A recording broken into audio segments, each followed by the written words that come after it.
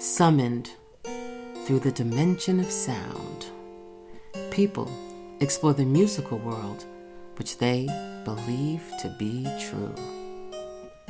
But there is a world, unheard by some, that is filled with stories of an unknown reality, a jazz side.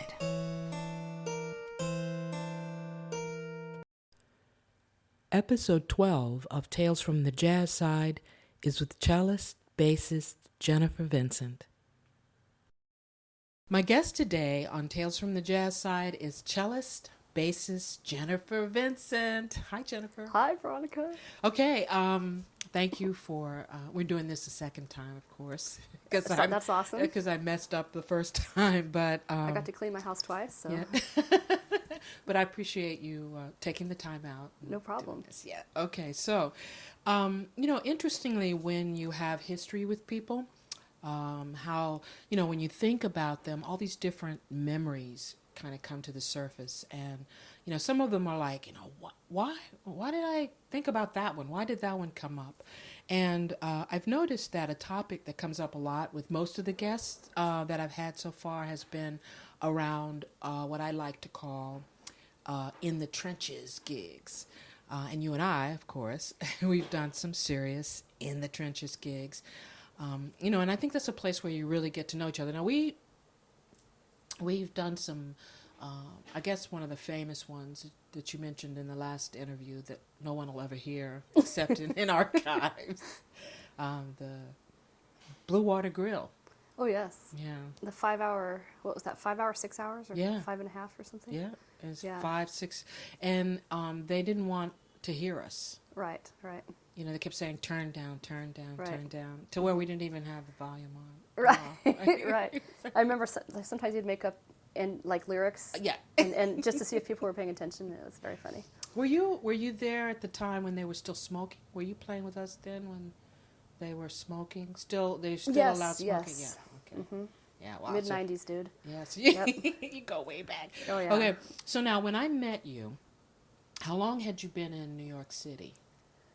Oh, geez. So I've been in New York City since the fall of 92. So I think we met maybe in 96. Yeah. Okay. So 4 years, I guess. Okay. Now, researching, I usually research my guests a lot, of course, and it's okay, you can clear your throat and cough. Just try not to burp. If you, okay. you can help it. Okay. Or you can if you want. Don't feel like yeah, okay. But I do a lot of research on guests, and there's this website called talkbase.com, mm-hmm.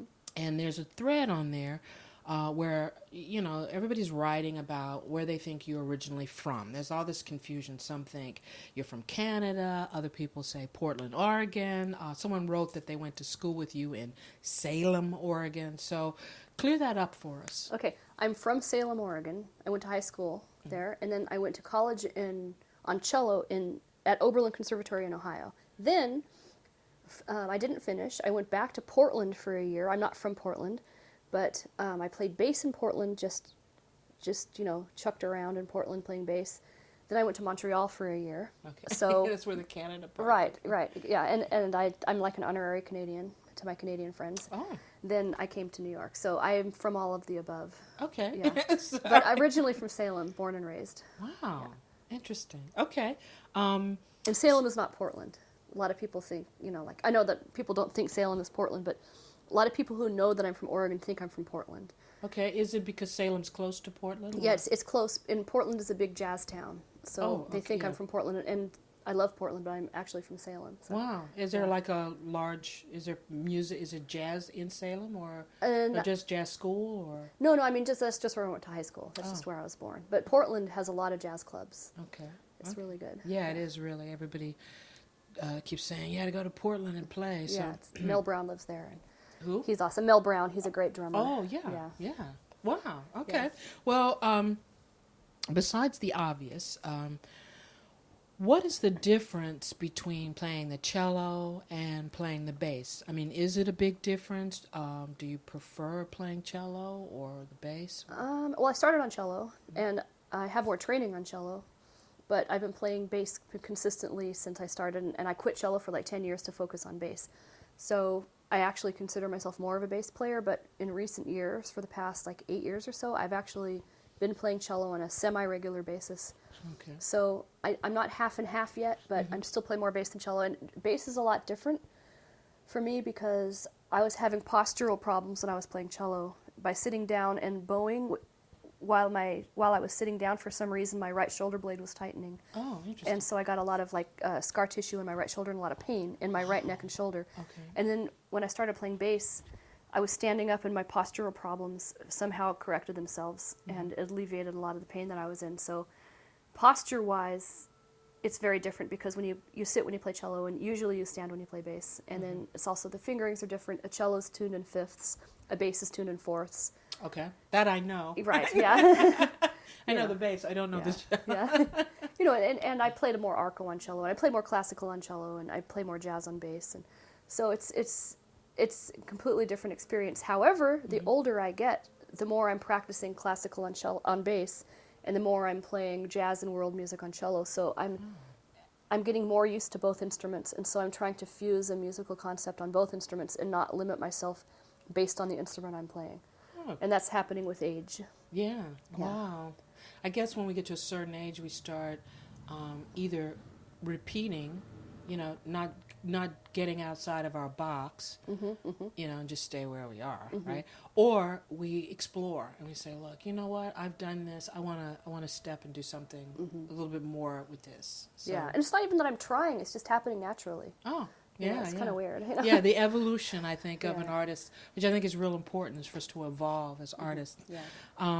Now, and do you prefer to play cello or prefer to play? I meant to. I mean, I play mostly bass. Like 80% of the time, I play bass, and it's not that I prefer one or the other. It's It's just just that whatever comes up, I'm a yeah. professional like bass player, and then who also plays cello, and I've doing a lot of that now. So I guess both. I guess I'm both, but mostly a bass player. But it's not like I prefer one or the other. Oh, okay, cool. Well, that's a good thing. So whoever's listening say, "Oh, well, she prefers to play bass, so let's not hire her for cello." No, and it depends on the gig too. Right. You know? It's like wait. Okay, so now your career, you can be heard on TV themes and soundtracks, commercials. Some of the list of teachers, other musicians you've played with, of course, are very impressive. Like artists that you've worked with, singer Betty Carter, John Hendricks, Abby Lincoln, the Boys Choir of Harlem. And then there's the teachers like Ron Carter and Buster Williams and Andy Gonzalez. And Cachayito from Cuba. Yes, and that's the Yeah. one that I'm curious about. Because as I understand it, you traveled to Cuba and you ended up studying with him in Cuba. I mean, what was that? What's the story behind Okay, that? the story behind that is Steve Kirby, who used to live here. He's a great bass player who used to live here, and he teaches up in Winnipeg now. He runs a jazz program up there. They called him because they wanted Cachayito was in town with the Buena Vista Social Club. Yes. And no, sorry. Oh shit! Oh, what's this guy's name? No, you can use Okay. profanities. Frank Emilio. And he's an old-time Cuban pianist who played with a lot of guys from Buena Vista Social Club. So it was pretty much Buena Vista Social Club featuring Frank Emilio. Okay. And Cachayito is the nephew of Israel Cachao Lopez, and Israel Cachao Lopez is the most famous bass player from Cuba. He's the guy that founded the mambo that comes at the end of a danzón.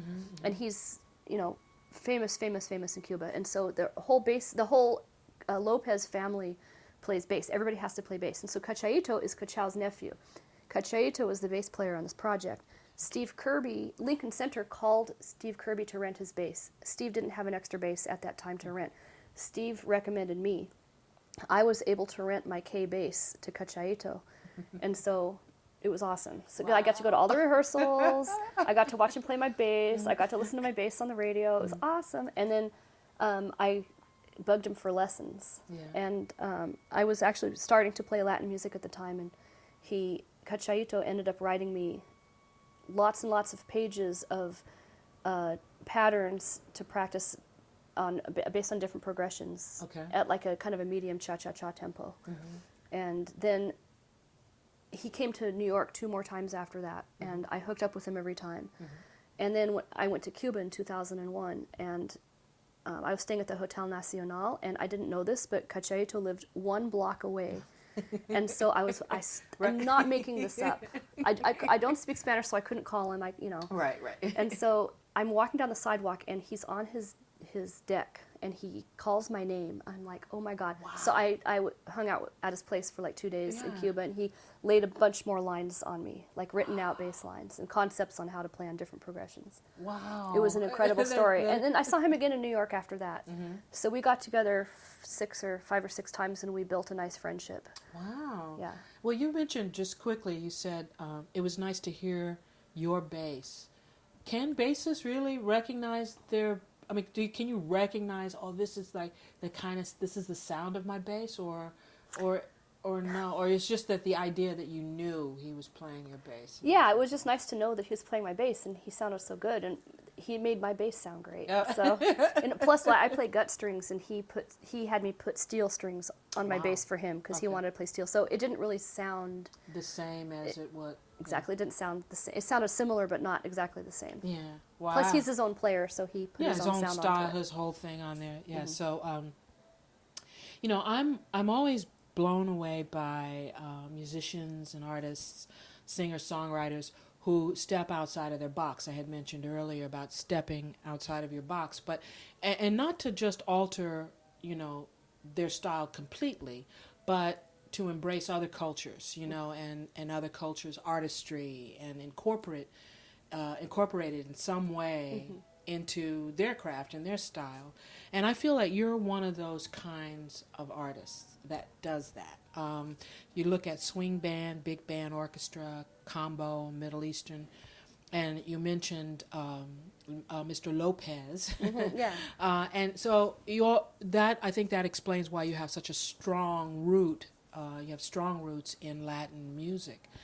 I think of when that line that you created in on That's All for Us in Standard Delivery, that was just brilliant. Well, and thanks. it made the song. Well, thank you. It made the song. So we're going to talk about in a little bit how this strong Latin roots has led you to this new project you're working on. Right. But before we do that, I wanted to get your thoughts on what is it about being a woman instrumentalist in jazz or classical music. I mean, do you feel you're treated differently? Do you feel it's a benefit, a detriment being a woman?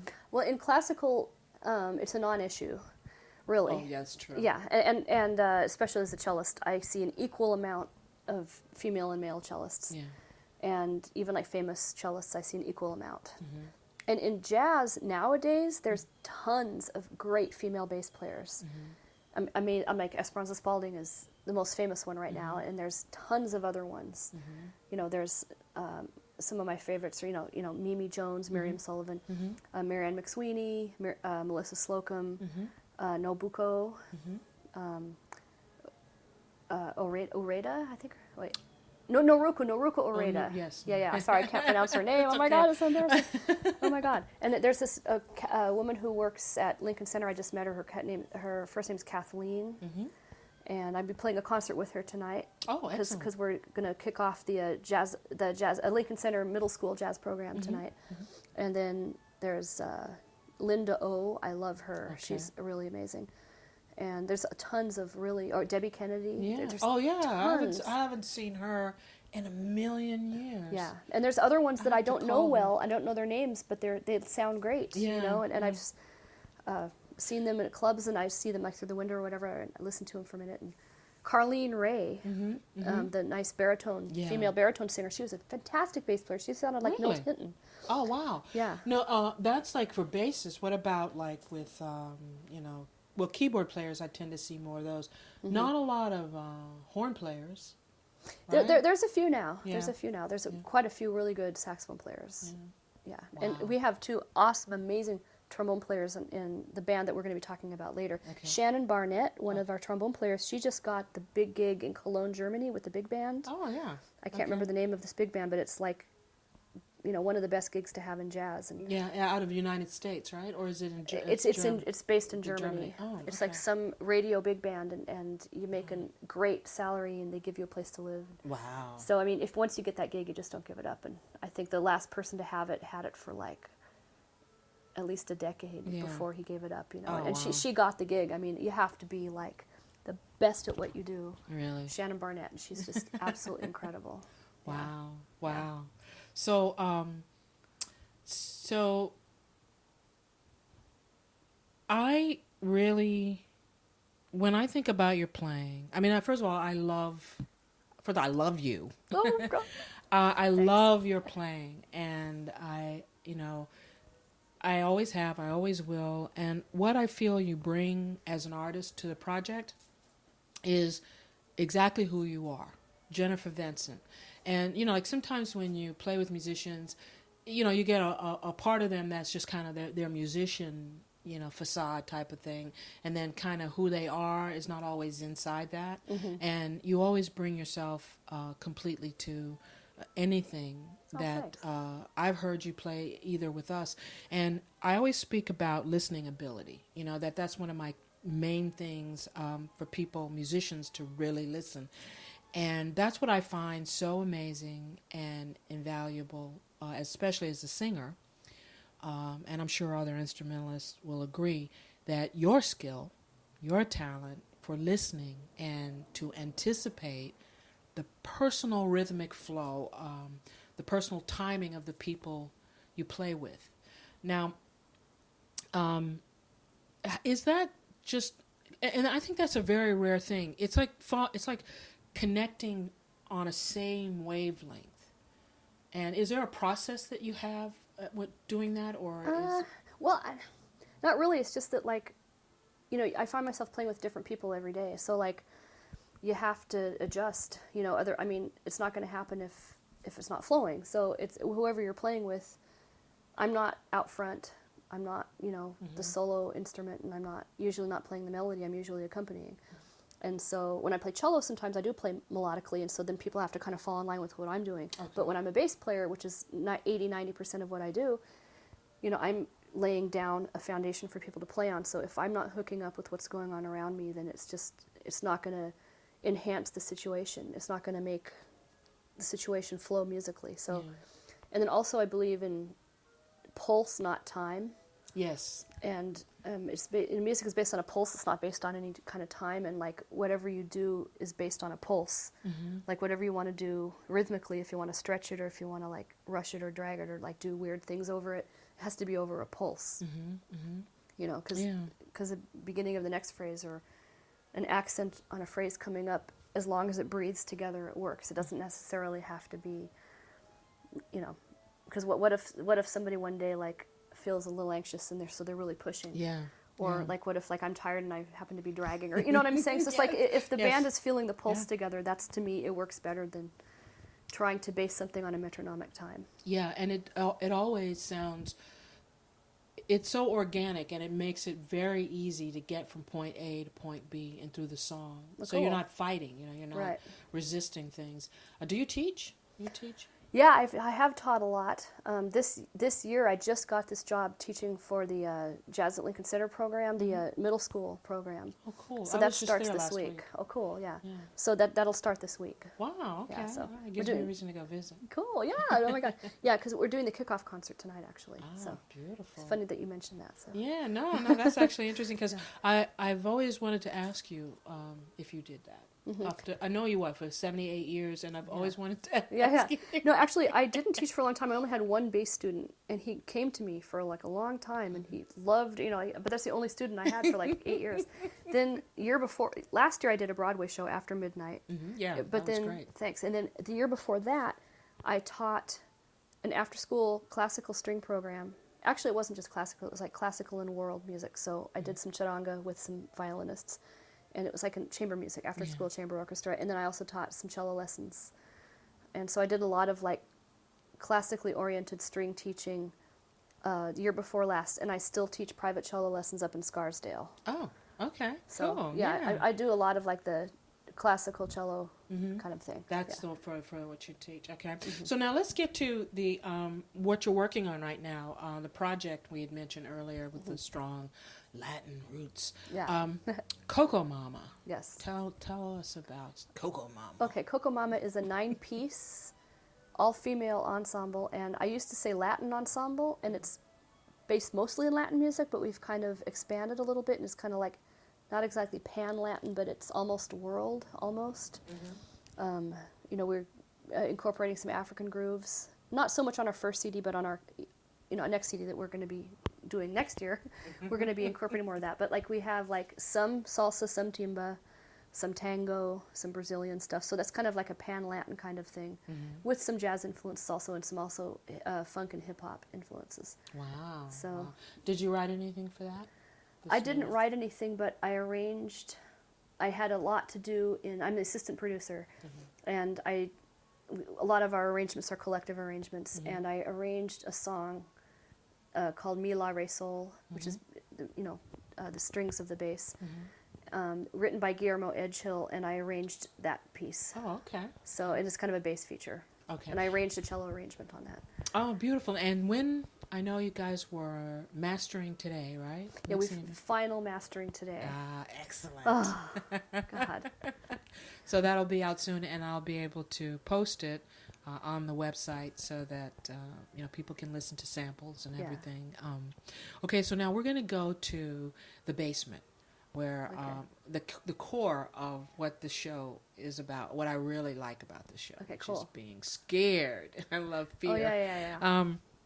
Are you ready? Yes. Okay. So now, question number 1. Tell us about someone that you have worked with who was a little frightening to you, but in a good way. Oh, my goodness. Let's see. Wow, I don't know. I've never had somebody say to me, I don't know. No, nobody jumps out at me. Well, no, I mean, it's cool. I mean, maybe there's, you know, like I think if I had to work with Abby Lincoln, it would have made me really... But she didn't scare me, though. She was super sweet. Yeah, but I mean, I'm just saying for you, Okay. but for me as a singer and a singer-songwriter, right, I would just be like, blah, blah, blah, blah, you know. You know, no, nobody that I've worked with has really scared me, including Betty Carter, because she continues to, she scares a lot of people. Yeah. The thing about Betty Carter with me was I was never officially in her band. I only filled in, or I would just do one thing with her and then not see her for months and do one more thing. So it's not like my job was on the line. Oh, yeah, it's true. So, that's true. And that's one of the things that create fear with people, you know. Right. Yeah, it's true. Right. And that's even true in music, folks, because people think, you know, like if you're in a 9-to-5 kind of corporate job and they, you have the fear of being fired. It's the same thing as a musician. Right. Musically, fear, maybe like in situations where I was in this, I used to play in this really, really great group called the Pan Asian Chamber Jazz Ensemble. And sometimes I'd have to play cello in that group. And, you know, like I didn't play cello for a long time, and then I got back into it. And I was playing with this incredible classical Juilliard-trained violinist. And so that would intimidate me. She wasn't scary. She was very nice, but her level of musicianship, I would feel sometimes fearful to play in that situation. Right. Bass wise, if Ron Carter was in the room, I'd feel scared. But I never had to work for him. But you know, like, and I'd be scared at my lessons. Yeah. You were scared at your lessons with him? Yeah. I mean, yeah. Yeah. Come on, tell me the truth now. Tell me the truth. He's like, play a blues. It's like, okay. And I'd play something for him. He goes, you don't know how to play the blues. I'm like, okay. and like one time, he has this full-length mirror in one of his rooms. And so I'd be playing, and he'd just be looking at me, like, shaking his head, like, oh, my God. And so, like, I would see myself in the mirror. Right. And then Ron Carter's there looking down, shaking his head. And so that was terrifying, you know. Right. Like, he's like, oh, God. And once he came to one of my gigs, and I was like, I was like freaking out. See, you did. See, yeah, there you go. There was a story. Okay, yeah. Yeah, I took some digging, but right now. Well, you know, we with fear we kind of suppress it. We put stuff Yeah. real. But you kept doing it. You kept going, and you kept taking lessons. And, Oh yeah, and when I first started playing bass, sometimes like I was kind of a beginner, and I'd have to sit in with like my heroes, Heavy, like yeah. Gerald Cannon and Yeah. Dwayne Burno, and Essiet, and all these incredible bass Yes. players, and I was total like weak. I was weak, you know, and so I thought, and it was very very scary for me to sit in, because they were so nice. They're like, oh, come and sit in, and I mean, just hearing this incredible bass playing, and then I would be like, you know, like, what do I play after that, you know? So that's another scary situation, is sitting in when I first started. Yeah, I want to ask you a question around that too, because when you first started playing, did you just work on the lines and do those until when did you feel comfortable enough to start doing a solo? You know, to play a solo. Oh, geez.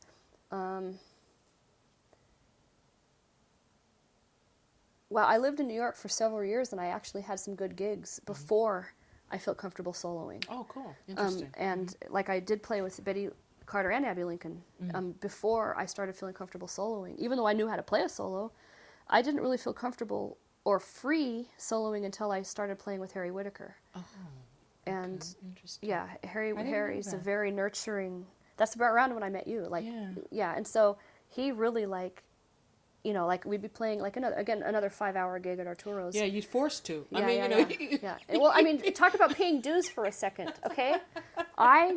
This week, I did a $20 gig at the garage. All right. And then yesterday, I did a $70 school show, and I got a $65 parking ticket. Oh. So yesterday, I made $5. So I'm still doing trench gigs. Anyway, so that's a previous topic. But anyway. Taking us at the top. Yeah. Taking me back to the top. Yeah. Take us back to the top Yeah. there, Jennifer. DC. Da capo. Right. No, but so it's like, you know, yeah, yeah, so sorry, I Okay, interrupted the flow. that was interrupted the that flow. was perfect because I was curious about that. I've always wanted to ask you, when did you feel comfortable solo? Yeah, Harry Whitaker. So like he would play a song, he'd be like, okay, like he'd do a vamp, and he'd have me take an solo vamp intro up front. He'd always have me solo, and then he'd have me do a vamp at the end. So, and this is like piano and bass gigs, or piano, bass, and drums, and he would have me. He goes, just play, just play, just play, and so he'd be playing these incredible chords, and it's like his spirit like inspired you, and so like I didn't think about what I knew how to play because I didn't really feel like I knew how to play anything, you know. So like I threw all that out and just played my feelings, and played how I was feeling, and it was like an emotional outlet, and that's the first time I really felt really comfortable like soloing as an expressive thing. Yeah, that's interesting. Wow. Yeah. Okay, so the second question. Out of all, you know, the scariest work in any medium, and I'm talking about, you know, paintings or photographs, books, movies, television show, or radio broadcast, even dreams, you know. What is the scariest work that you have encountered? You like musically or Well, anything? just like, you know, this is kind of takes us out of it could be music. Some people talked about dreams. One guest talked about a television show that scared the hell out of him. You know, I love horror fiction and horror movies. Right. So Does it have to be an artistic thing or it could be whatever you want it to be. Okay, well, right now, I'm really scared about the Ebola crisis, and I'm not scared about it for us because we're going to be able to contain it. Okay. Of course, I'm scared for whoever contracts it, Okay. even if they're living here in America. But like, I'm very scared for these West African countries that don't have any kind of medical infrastructure, and so I'm very terrified for West Africa right now. Wow. Yeah. Yeah, I am too, and I think that at some point, when do we all realize that it's going to affect us? You know, as long we always think it's over there, it's not going to affect us, but now they're finding cases here, and so. But it's an interesting thing that you said that because I believe Jay Anderson, the bassist, great bassist, his was guns. You know that we need the need for more gun control. Right, interesting. Yeah, so that's interesting that the two of Yeah. you guys came up. Me, a horror movie, a horror book, you know. Like, oh, Twilight Zone scares me. I should not be on the board of Brooklyn for Peace. Okay, so now, the last question. What is the scariest thing that has ever happened to you while performing live? That's easy. I got stung You go, oh. Yeah. Oh no, did I get stung? No, two things. Okay, one time I was playing a gig out in a field and the grass was very thick and there were these huge horse flies and they were biting my ankles. That was awful. And then there was another one where there was like some large bee or a wasp or something. I didn't even recognize it. It was some kind of a hornet or something, and it was flying around me and I couldn't leave the stage. Right. What are you He gonna do? was like, and I'm like, ah, like I couldn't really, that was terrifying. That was really scary. Yeah. And you were thinking you're either going to get stung, or did you think that you're not going to be able to play? I didn't even think about that. Oh, you weren't even thinking about that? Get that bee away from me. Oh, I got to make sure we don't play in any fields. Oh, but yeah. No, but in terms of playing, I did an Abbey and Lincoln retrospective on cello, and I hadn't played cello in a long time. So before I went on the stage, I was like, shit, I don't even know if I can play any note on the cello. I don't know if I can do it. I was just like shaking. Yeah. I was and then once in high school, I almost threw up before a concerto competition. Yeah. I didn't throw up, but I thought I was going to. So my scariest times have been with cello. Oh, okay. That's interesting. I don't really feel scared with bass. Because you feel so at home with the bass. So I wanted to ask you, is there anything you would like to say or share with young women that are starting to play the bass or become instrumentalists, either in jazz or classical, or, just some insight?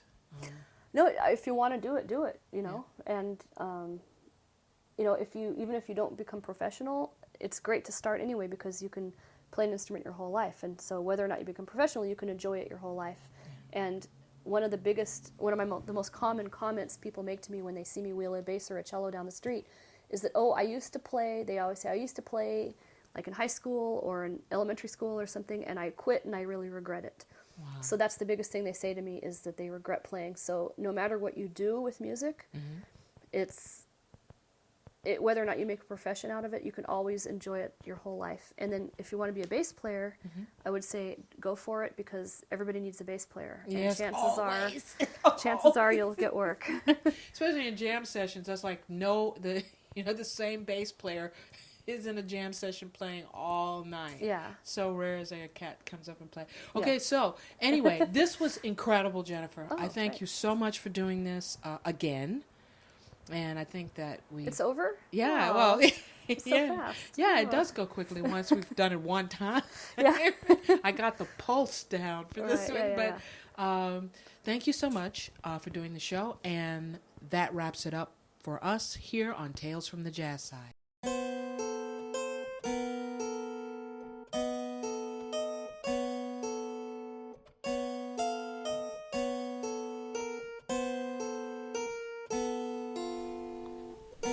The Jazz Side is always there, waiting for us to enter and waiting to enter us. So, until next time, unplug your ear holes, for you never know what worlds may be waiting for you.